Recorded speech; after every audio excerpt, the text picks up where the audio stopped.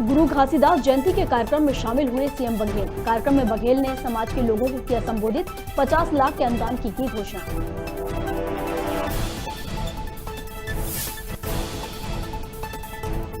मोदी करेंगे Ganga express way का शिलान्यास। भाजपा उत्तर प्रदेश के वोटों पर साधेगी निशाना, गंगा एक्सप्रेस वे पर बनेगी एयर स्ट्रिप।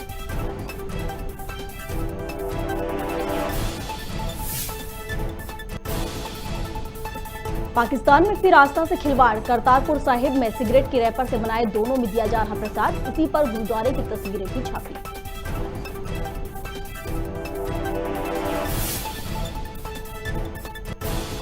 मध्य प्रदेश के पंचायत चुनावों पर हुआ बड़ा निर्णय। ओबीसी के लिए रिजर्व सीटों पर चुनाव प्रक्रिया रोकी। जिला पंचायत अध्यक्ष पद का आरक्षण स्थगित।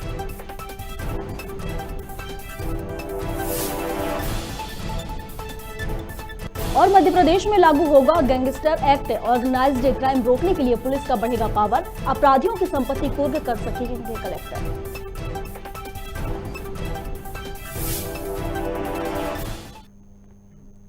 नमस्कार, खबर भारत देख रहे हैं आप। मैं हूं आपके साथ प्रियंका। चलिए बढ़ते हैं खबरों की ओर। छत्तीसगढ़ के मुख्यमंत्री भूपेश बघेल ने गुरु घसीदास जयंती के पहले समाज के कार्यक्रम जय सतनाम में हिस्सा लेकर समाज के लोगों को संबोधित किया और घसीदास जयंती की शुभकामनाएं दी। उन्होंने कहा कि गुरु का आशीर्वाद हमेशा प्रदेश की जनता के साथ रहा है। मुख्यमंत्री बघेल ने समाज को 50 लाख रुपए के अनुदान की घोषणा भी की है।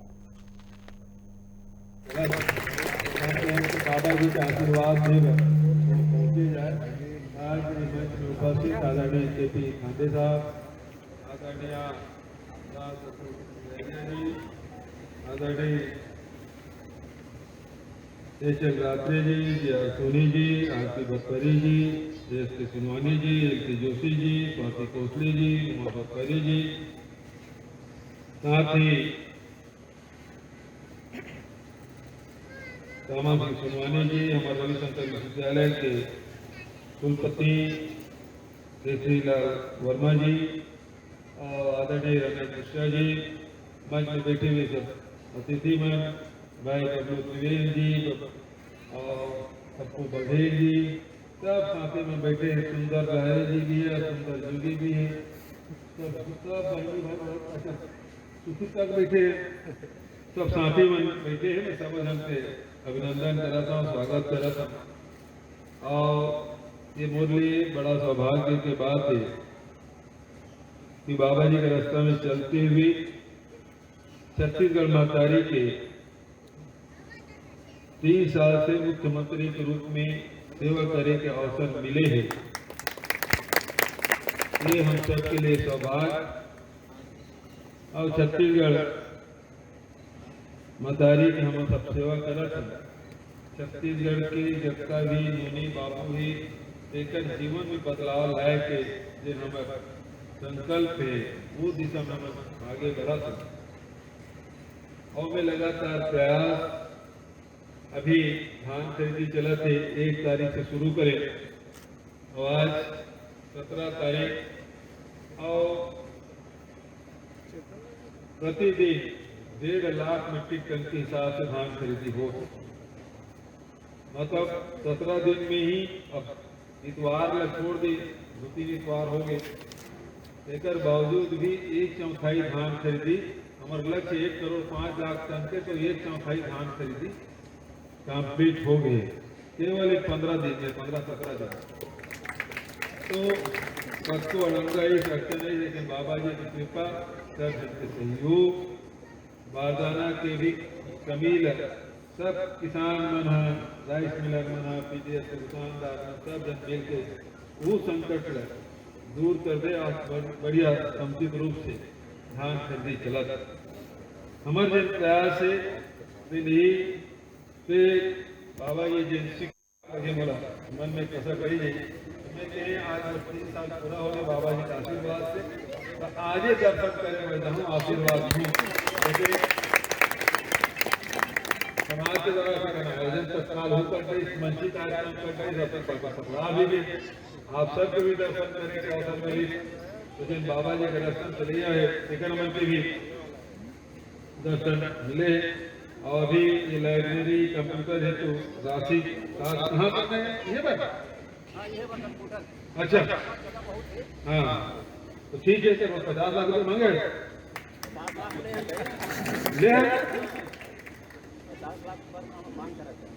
अच्छा ले गए हैं अभी मांगा था ना। हाँ तो ठीक है, घोषणा कर ठीक है। चलो धन्यवाद। और इसे सवाल धन्यवाद। सह प्रभारी मंत्री नितिन नवीन ने नेता प्रतिपक्ष धर्मलाल कौशिक और बीजेपी विधायक ब्रजमोहन अग्रवाल के साथ प्रेस वार्ता की, जिसमें उन्होंने भूपेश सरकार की 3 सालों में हुए कार्यों की समीक्षा और आलोचना की। वहीं सरकार के कामकाज पर सवाल उठाया। साथ ही आरोप लगाते हुए कहा कि पूर्व में बीजेपी सरकार के सभी काम आज बदहाली की हालत में हैं और छत्तीसगढ़ की प्रगति का ग्राफ दूसरे राज्यों की तुलना में बहुत नीचे चला गया है। जो हमारे डॉक्टर रमन सिंह जी के जो कार्यकाल के समय की चीजें थी, उनको भी आज बदहाली की स्थिति में ला दिया है। मैं इसलिए इस विषय को कह रहा हूं कि जहां पर हम छोड़े थे आज उससे नीचे का सभी राज्यों का ग्राफ ऊपर की ओर जा रहा है। पर छत्तीसगढ़ सरकार की स्थिति यह है कि आज यहाँ की जनता को बदहाली में, यहाँ की सरकार जनता का जो व्यवस्था था, जो इनके विकास के दर थे, वो सब नीचे के सूचकांक की ओर जा रहे हैं। और बहुत ही देखने लायक चीज़ ये है कि जिन जिन विषयों पर सरकार को काम करके हर राज्य आगे बढ़ रहे हैं, आज इंफ्रास्ट्रक्चर में आप देख लीजिए, देश के हर राज्य आज आगे बढ़ रहे हैं, लेकिन इनकी स्थिति है कि ये और बदहाली में कर्ज ले रहे हैं। हमारी सरकार जब थी डॉक्टर साहब के समय में, तो कर्ज तो हम लेकर काम करते थे, सड़क, पुल, पुलिया, पार्क, तालाब बनते थे। लेकिन पिछले 3 वर्षों में आपको कहां पर दिखे होंगे तो आप उसका पिक्चर दिखिएगा। लेकिन कर्ज का स्थिति क्या है? वो 51,000 करोड़ पर 3 वर्षों में कर्ज ले चुके हैं। यानी जनता को अगर कर्ज के आंकड़े पर देखिएगा तो जनता हर घंटे, हर महीने कर्ज में डूब रही है। और अभी आपको मुझे जो कर्ज का आंकड़ा है कि हर मिनट, हर घंटे करीब 3 लाख रुपए का कर्ज छत्तीसगढ़ की जनता पर पड़ रहा है। यानी दिख रहा है कि 51,000 करोड़ का ये जो कर्ज है वो पूरी तरह से राज्य की जनता को बदहाली की ओर ले जा रहा है। कोरोना काल में सरकार द्वारा माफ किए गए बिजली बिलों को माफ करने को लेकर विधानसभा में कांग्रेस ने विरोध प्रदर्शन किया। वहीं ऊर्जा मंत्री ने इस संबंध में सफाई देते हुए कहा कि हम कांग्रेस के पापों को धो रहे हैं, हमने बिल फ्रीज किए थे, माफ नहीं किए थे। आपके क्षेत्र में बिजली के बिलों की होली जलाई जा रही है, कुछ विपक्षी जो कांग्रेस की लगातार। देखिए, मेरा ये कहना है कि कोरोना काल में जो बिजली के बिल जो माफ हुए थे वो माफ नहीं हुए थे। जो कांग्रेस के पुराने पाप थे, कोरोना काल के जो पुराने बिल इकट्ठे हो गए थे, लोग भर नहीं पा रहे थे, उन बिलों को हमने फ्रीज किया था और कहा था कि इन बिलों पे हम कुछ सहायता करेंगे। तो हमने 100% सरचार्ज माफ़ किया और 40% मूलधन माफ़ किया। ये पुराने कांग्रेस कार्यकाल के कोरोना समय के जो पाप थे, उन पापों को जनता के उबारने की कोशिश की थी। कांग्रेस उसका राजनीतिक करण कर रही है। उस समय के बिल अगर कांग्रेस कहे कि फ्री माफ हुए थे कि फ्रीज हुए थे, तो झूठ बोल के राजनीति करना तो अपराध है। यूनिट में तो क्या कहेंगे? देखिए, इससे ये जाहिर होता है कि ये भाजपा का जो शासन है वो पूर्णतः कुशासन है। आज प्रदेश के मुख्यमंत्री शिवराज सिंह जी और ऊर्जा मंत्री प्रद्युम्न सिंह तोमर ये बड़ी बड़ी बातें करते थे। शिवराज सिंह जी कहते थे 100 रुपये से ज़्यादा किसी का बिजली का बिल आए तो उसमें आग लगा देना, अगर कोई काटे तो भाजपा कार्यकर्ता जोड़ने आएंगे। मैं ऊर्जा मंत्री प्रद्युम्न सिंह तोमर जी को भी याद दिलाना चाहता हूँ, पूर्व में जब किसी का बिजली का कनेक्शन कटता था तो नसैनी पे चढ़कर जोड़ने का किया करते थे। आज तो आप ही का शासन है भाई, आप ही ऊर्जा मंत्री हैं, आप ही बिजली मंत्री हैं। उसके बाद बिजली के दरों में बढ़ोतरी करना, उसके बाद कोरोना काल में जब एक तरफ कोरोना से आदमी की कमर टूट चुकी है, उसके सामने अपने भरण पोषण की समस्या है, बच्चों की स्कूल की फीस की समस्या है, और ऐसे में उपचुनाव में झूठ बोलना कि कोरोना काल के बिजली के बिल माफ़ कर दिए हैं और वोट लेना चुनाव जीतना और उसके बाद जनता को बिल भेज देना और जबरन वसूली करना, डराना, धमकाना, गरीब जनता के साथ मारपीट करना, ये भाजपा का कुशासन है। जनता सब देख रही है, इनकी कथनी और करनी का अंतर भी देख रही है। कांग्रेस पार्टी का एक एक कार्यकर्ता, चाहे सुनील शर्मा हो, चाहे कमलनाथ जी हो, दिग्विजय सिंह जी हो, हमारे जितने भी कांग्रेस के कार्यकर्ता और नेता हैं, वो जनता के साथ खड़े हैं। ये जनता के साथ घोर अन्याय के खिलाफ हम लगातार संघर्ष करेंगे और प्रेरित करेंगे। यूथ कांग्रेस के राष्ट्रीय सचिव एवं मध्य प्रदेश युवा कांग्रेस के प्रदेश प्रभारी शेष नारायण ओझा बुधनी विधानसभा के तहसील रहटी पहुंचे। यहां यूथ कांग्रेस के पदाधिकारियों और कार्यकर्ताओं ने उनका भव्य स्वागत किया। रहटी स्थित कोलार विश्राम गृह में उन्होंने कांग्रेस कार्यकर्ताओं की बैठक ली। बैठक में उन्होंने यूथ कांग्रेस के पदाधिकारियों और कार्यकर्ताओं से कहा कि हमें मिलकर संगठन को मजबूत करना है।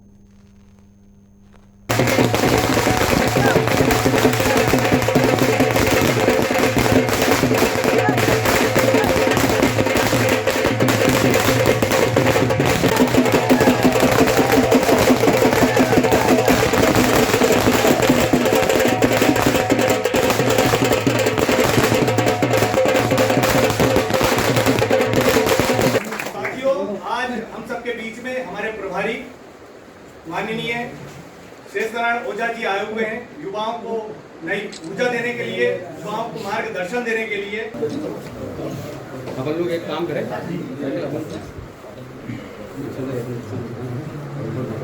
गरियाबंद जिले के केकरा जोर पंचायत के ग्रामीणों ने सरपंच और सचिव के खिलाफ राशि गबन का आरोप लगाया है, जिसे लेकर जांच टीम ने ग्रामीणों और पंचों के समक्ष जांच की, जिसमें पाया गया कि सचिव और सरपंच बिना किसी प्रस्ताव के काम करा रहे थे, जिसकी पुष्टि जांच अधिकारियों ने की।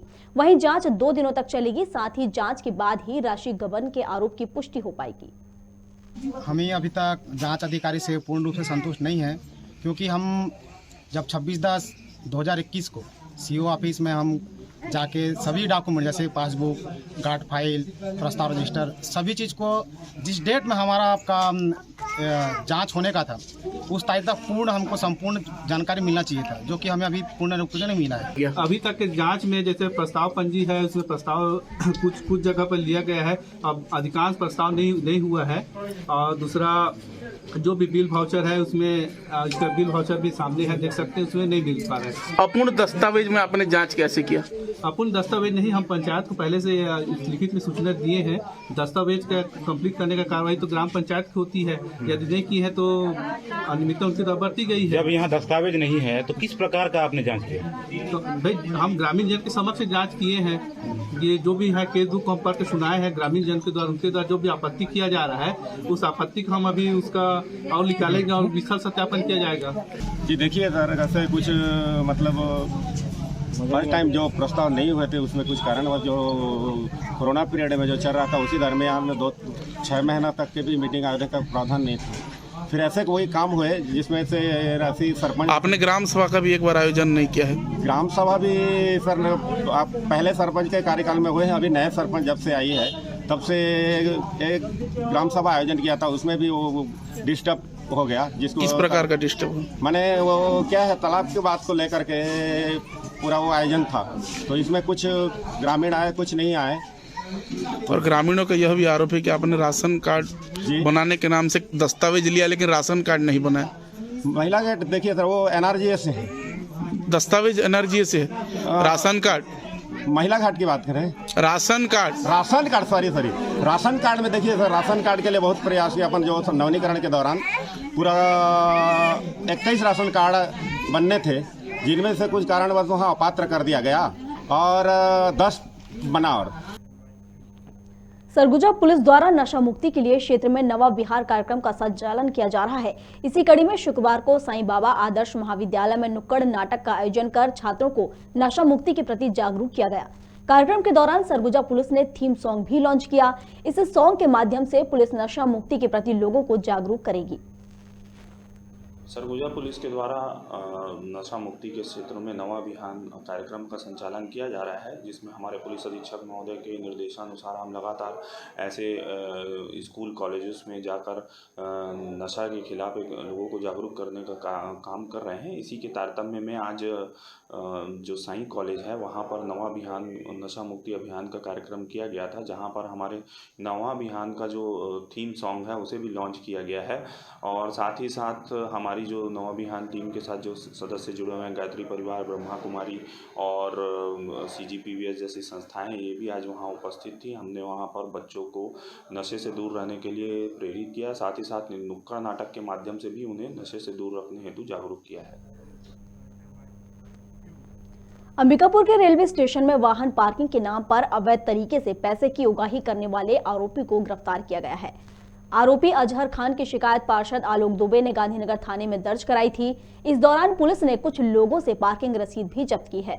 वहीं आरोपी शहर छोड़कर फरार हो गया, जिसके बाद पुलिस ने आरोपी के खिलाफ धारा 420 के तहत अपराध पंजीबद्ध कर उसकी तलाश शुरू कर दी है। आपको बता दें कि साइबर सेल की मदद से आरोपी को प्रयागराज में गिरफ्तार कर अंबिकापुर लाया गया है। थाना क्षेत्र के अंतर्गत एक अपराध पंजीबद्ध किया था, जिसमें रेलवे स्टेशन में अवैध पार्किंग को लेकर एक शिकायत की गई थी, जिसमें प्रार्थी की शिकायत पर उसमें IPC की धारा 384, 34 और 420 के तहत अपराध पंजीबद्ध किया गया था, जिसमें जो आरोपी था अजहर खान कुछ दिनों से फरार था, जिसे हमारे गांधीनगर TI की कुशल नेतृत्व में इलाहाबाद जाकर इसे पकड़ा गया है। वहाँ के भी स्थानीय पुलिस का इसमें सहयोग लिया गया और इलाहाबाद से और साइबर सेल के सहयोग से लकड़ा के नेतृत्व में हमारी टीम गई हुई थी, जिसने उसे पकड़कर आज इसे गिरफ्तार किया गया है और जेल भेजा जा रहा है। मुख्यमंत्री शिवराज सिंह चौहान ने पुलिस स्थापना दिवस पर वीरता के लिए राष्ट्रपति पुलिस पदक सहित अन्य से पुलिस के अधिकारियों को सम्मानित किया। इस दौरान प्रदेश के अपर परिवहन आयुक्त अरविंद सक्सेना को वीरता के राष्ट्रपति का पुलिस पदक लगाकर सम्मानित किया गया। गौरतलब है कि साल 2017 में SP रहते वर्तमान अपर परिवहन आयुक्त ने गांधी मेडिकल कॉलेज के अंदर विवादित भवन को लेकर 2 पक्षों में हुए दंगों की घटना पर सफलता से अपनी टीम के साथ नियंत्रण कर शहर में कानून व्यवस्था की स्थिति बरकरार रखी थी।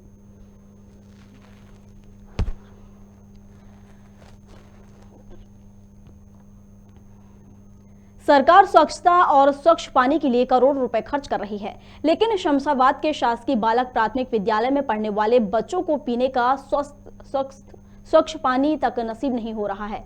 स्कूल के प्रधान अध्यापक ने बताया कि 2017 में हम नगर परिषद में आवेदन दे रहे हैं, लेकिन आज तक नगर परिषद ने स्कूल के लिए कोई व्यवस्था नहीं की। वहीं पालक बंटी रायकवार का कहना है कि ऐसी स्थिति में अपने बच्चों को सरकारी स्कूल में नहीं पढ़ाना चाहूंगा। इस अगले सत्र में अपने बच्चे के नाम कटवा लूंगा। मुझे यहाँ से पानी लेने के लिए रोड के उस पार जाना पड़ता है। हमारे स्कूल में कुछ भी पानी की व्यवस्था नहीं है। जहाँ से हमको घाटी पार करके वहाँ जाना पड़ता है पानी भरने। सर 2017 से पानी की समस्या चल रही है। इस संबंध में मैं नगर परिषद में कई बार आवेदन दे चुका हूँ, लेकिन इसकी कोई समस्या हल नहीं होती है। बच्चे पानी कहाँ से लेके आते हैं? बस पानी ना होने के कारण पास के जो नल हैं, नलों से पानी भर कर लाते हैं और कभी घर से बॉटल वगैरह लेके आ जाते हैं। मेरा नाम बंटी रेगवार है और यहाँ मेरा एक बालक पढ़ता है। स्कूल में समस्याएं तो 3-4 हैं, जैसे कि रोड, पानी, सफाई, ये तीनों व्यवस्थाएं यहाँ पे नहीं है और काफ़ी समय से नहीं है। मेरे बच्चे को कल शौच के लिए जाना था, तो यहाँ से घर तक गया, उसके कपड़े ख़राब हो गए। पानी पीने के लिए नहीं है यहाँ पे, तो शौच के लिए कहाँ से होगा। जैसे कि आपके माध्यम से मामला मेरे संज्ञान में आया है और इसके संबंध में पेयजल के स्वच्छ जल प्रदाय हेतु CMO को निर्देश दिया जाएगा। साथ ही प्राचार्य को निर्देश दिया जाएगा कि उस स्वच्छ पेयजल के भंडारण की भी व्यवस्था स्कूल में की जाए, ताकि समस्त छात्रों को पेयजल का स्वच्छ पानी प्राप्त हो सके। शासकीय उच्चतर माध्यमिक विद्यालय बरूफाटक के शिक्षकों और बच्चों के द्वारा मतदाता जागरूकता रैली निकाली गई, जिसमें बच्चों ने हाथों में तख्तियां लेकर रैली निकाली।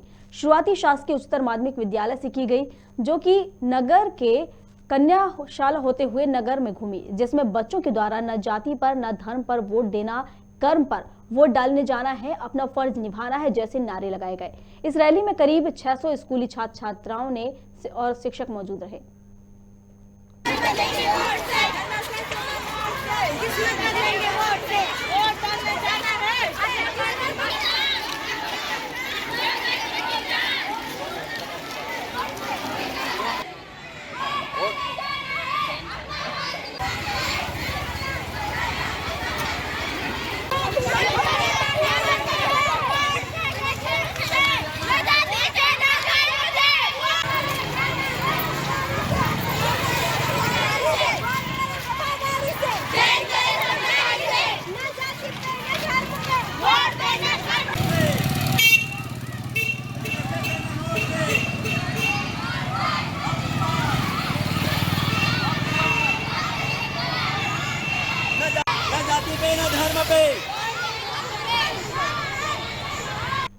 बैरागढ़ में सैनिक कॉलोनी स्थित मां दुर्गा मंदिर पर भगवान गणेश की प्राण प्रतिष्ठा का आयोजन किया गया, जहां पर पंडित अजय शर्मा ने विधि विधान से भगवान गणेश जी की प्राण प्रतिष्ठा करवाई। वहीं भगवान का दूध दही शहद से अभिषेक किया गया। पंडित ओम प्रकाश पाठक सहित अन्य ने पूजा की। इसके बाद सुंदरकांड भजन का आयोजन हुआ, जिसमें साई म्यूजिक ग्रुप ने विशाल परिहार के भजनों की प्रस्तुति दी। ओम गणानान्त्वा गणपतिं गवामहे प्रियानान्त्वा प्रियपतिं गवामहे निरपतिं गवामहे वसोमा आहम। शोर मचाओ गले गले। आइए बैरागढ़ की गली में राम नाम के हीरे मोती मैं बिखराऊं गले गले, मैं बिखराऊं गले गले। ले लो रे कोई रात कथा, शोर मचाओ गले गले।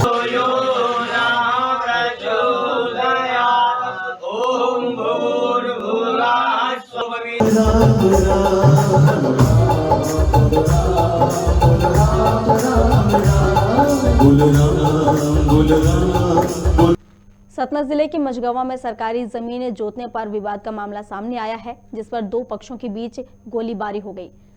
खुरही गांव निवासी हीरू गर्ग और उसके परिवार के लोग जमीन जोतने पहुंचे, जिस पर पोखरिया निवासी रामप्रसाद ने जमीन जोतने से गर्ग परिवार को मना किया। मामला बढ़ जाने के बाद गर्ग परिवार ने रामप्रसाद को गोली मार दी और मौके से फरार हो गए।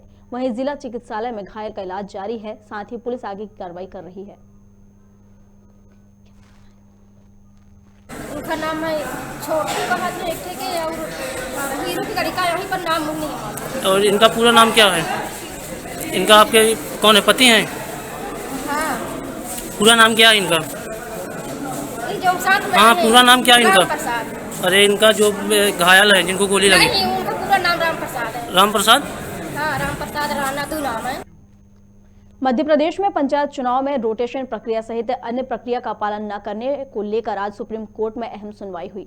सुप्रीम कोर्ट ने राज्य सरकार और राज्य निर्वाचन आयोग को फटकार लगाते हुए दो टूक कहा, राज्य सरकार ओबीसी आरक्षण मामले में आग से न खेले। याचिकाकर्ताओं के वकील वरिष्ठ अधिवक्ता विवेक तनखा के मुताबिक राज्य निर्वाचन आयोग को निर्देश दिए गए हैं कि चुनाव संविधान के हिसाब से ही हो तो कराइए। रोटेशन मामले में दायर याचिका पर 21 दिसंबर को हाईकोर्ट में सुनवाई होगी।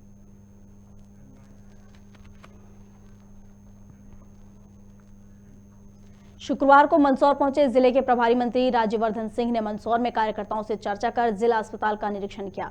प्रभारी मंत्री ने जिला अस्पताल में ऑक्सीजन प्लांट, आरटीपीसीआर लैब और जिला अस्पताल में बनाए गए कोविड वार्ड का निरीक्षण किया। इसके बाद प्रभारी मंत्री जिला अस्पताल में मैनेटरी और जनरल वार्डों में पहुंचे, जहां मरीजों और उनके परिजनों को बाहर खड़े देख उन्होंने अस्पताल में मरीजों के अटेंडर के लिए व्यवस्था नहीं होने पर नाराजगी जताई। सुविधा यहाँ पे है कि ऑक्सीजन सफिशेंट मात्रा में हमारे पास है, करीब 6000 लीटर का प्लांट प्रोड्यूस कर रहा है। और उसके अलावा जो सेकंड वेव में हमने अनुभव किया, उसके उपरांत लिक्विड ऑक्सीजन का जो टैंक कंस्ट्रक्ट हो रहा है, ये हमें बहुत अच्छी कैपेसिटी देगा। एडवांटेज ये रहेगा कि डायरेक्ट टैंकर से हम उसमें ऑफलोड करके सिलेंडर्स का रिफ्यूलिंग कर सकते हैं। तो एक्सेस सिलेंडर्स होने की वजह से वो सिलेंडर्स हम कहीं भी यहाँ से डिपोर्ट ट्रांसपोर्ट करके वो सुविधाएं प्रदान कर सकते हैं। बेड्स के हिसाब से करीब करीब 300 बेड ऑक्सीजन सुविधा से लैस हमारे पास हो गए, चाहे उसको डायरेक्टली प्लांट से कनेक्ट किया जाए या सिलेंडर्स रखे जाएं। तो इसके अलावा काफ़ी एडवांस मशीन्स हमारे पास में हैं, तमाम ब्लड टेस्ट की और सब मिला के 100 के ऊपर की वैरायटी के टेस्ट हम लोग यहाँ पे कर पा रहे हैं। छत्तीसगढ़ के 15 निकायों में चुनावों के मतदान का समय जैसे तैसे नजदीक आ रहा है। राजनीतिक पार्टियों ने प्रचार में अपनी पूरी ताकत लगा दी है। चूंकि मतदान की तारीख 20 दिसंबर है और 18 दिसंबर से आचार संहिता लगने वाली है, इसलिए कांग्रेस और भाजपा के बड़े नेता कोई कसर नहीं छोड़ना चाहते।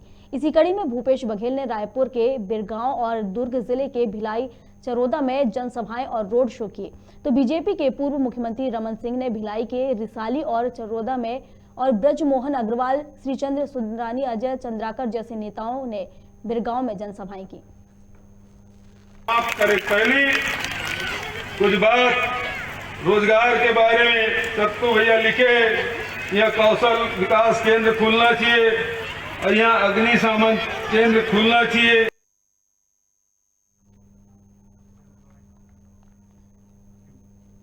रतलाम के ताल निवासी 22 साल के युवक में कोविड-19 के लक्षण पाए गए हैं। उसे मेडिकल कॉलेज में आइसोलेट किया गया है और घर को क्वारंटीन बनाया गया है। युवक रतलाम में एक मांगलिक कार्यक्रम में शामिल होने आया था, जिसने ताल से रतलाम और रतलाम से ताल बस में सफर किया था, जिसे देखते हुए जिला प्रशासन की चिंता बढ़ गई है।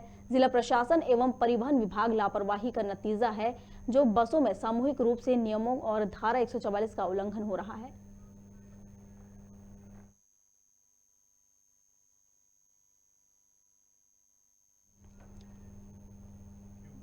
छह माह पहले ठीकरी के एबी रोड पर कंटेनर से अज्ञात बदमाशों ने 51 मोबाइल के बॉक्स चोरी कर लिए थे, जिसकी कीमत करीब 12 लाख रुपए थी। थाने में इसकी शिकायत फरियादी पंकज ने 21 जुलाई को की थी। पुलिस अधीक्षक ने इस मामले में एक टीम गठित की और जांच पड़ताल के बाद सुनील को मानपुर एबी रोड से गिरफ्तार किया। आरोपी के पास से 12 लाख आयकर लगभग 10 लाख कीमत के 51 मोबाइल और अहमदाबाद हाईवे से 12 लाख कीमती के चोरी मेडिसिन के कार्टून, साथ ही एक लोहे का कटर जब्त किया। यानी 12 लाख की चोरी की तलाश में पुलिस ने लगभग 36 लाख का माल बरामद किया। जो हाईवे है उस पर एक ट्रक कटिंग की वारदात हुई है और उसमें से कुछ मोबाइल बॉक्स गायब हैं, जिसको तब से ही हमारी टीम लगातार डेवलप कर रही थी। उसमें अलग अलग साक्ष्य हम लोग जुटा रहे थे और इसमें अभी हमको सफलता मिली है। हमने एक व्यक्ति को गिरफ्तार किया है, जिनके पास से 50 से ज़्यादा मोबाइल हमने बरामद किए हैं और इसमें मुख्य आरोपी को हमने गिरफ्तार किया है। इनके साथ ही कुछ अन्य लोगों के नाम भी हैं, जिनकी तलाश में हमारी टीमें जुटी हैं। इत्तेफाक की बात है कि जब हमने इनको गिरफ्तार किया उस वक्त भी एक वारदात करके ही लौट रहे थे और एक अन्य ट्रक की कटिंग का जो सामान है, जो कि मेडिकल बॉक्सेस और किट था, वो भी पुलिस ने जब्त किया है, जिसकी कीमती भी लगभग 10 लाख से ऊपर की है। और इसमें मैं आयसर वाहन के इन आरोपी को हमने गिरफ्तार किया है। प्रकरण अभी विवेचना में है, इसको अभी हम आगे और डेवलप करेंगे। आरोपी घटना को किस तरीके से अंजाम देता था? ये हाईवे पर ट्रक का पीछा करते थे और जब स्पीड स्लो होती थी तो जैसा हमारे सामने एक कटर रखा हुआ है, ये उसका ताला काटते थे और वहाँ से माल को हाईवे के किनारे ही डंप करते जाते हैं और बाद में उसको कलेक्ट करते हैं। खबर भारत में खबरों का सिलसिला लगातार जारी है। आप बने रहिए हमारे साथ और देखते रहिए खबर भारत। नमस्कार।